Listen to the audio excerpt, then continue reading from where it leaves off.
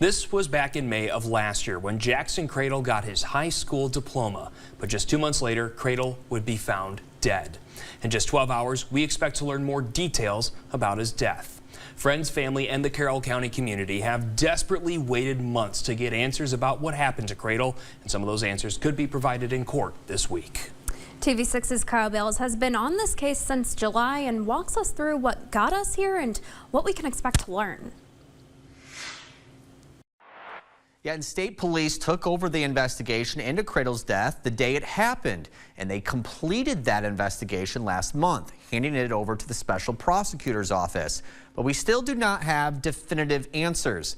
This all started in the early morning hours of July 28th when an off-duty deputy used a non-emergency line to report finding a body. We just dropped off at home, and we were headed up 78, and there's a body laying in the road just north of Mount Carroll on 78. What the f? Now, as you heard on that call, Kradle's body was found on Illinois Route 78 near Loudon Road, about 1 mile north of downtown Mount Carroll.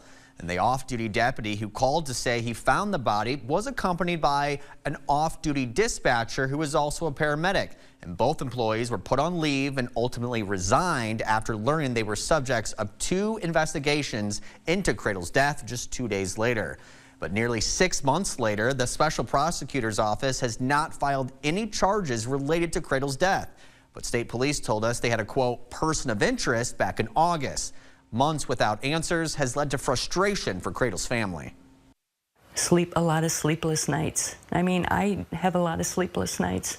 I can't imagine what his dad and his mom's going through. It's really hard not really knowing if he's going to get justice or not, or what really happened. Now that brings us to the coroner's inquest tomorrow morning. But what can we expect from it? First and foremost, an inquest is not a criminal proceeding and will not influence any possible criminal charges. However, it is a legal court process at the Carroll County Courthouse that will include witnesses and evidence. And the evidence and witness testimony will be presented to a jury and will be open to the public. Kradle's cause of death has already been determined, but the inquest will act as a fact-finding investigation into the manner of death, such as homicide, suicide, or neglect. Back in November, the coroner said Kradle died from blunt trauma to the head after he was hit by a vehicle.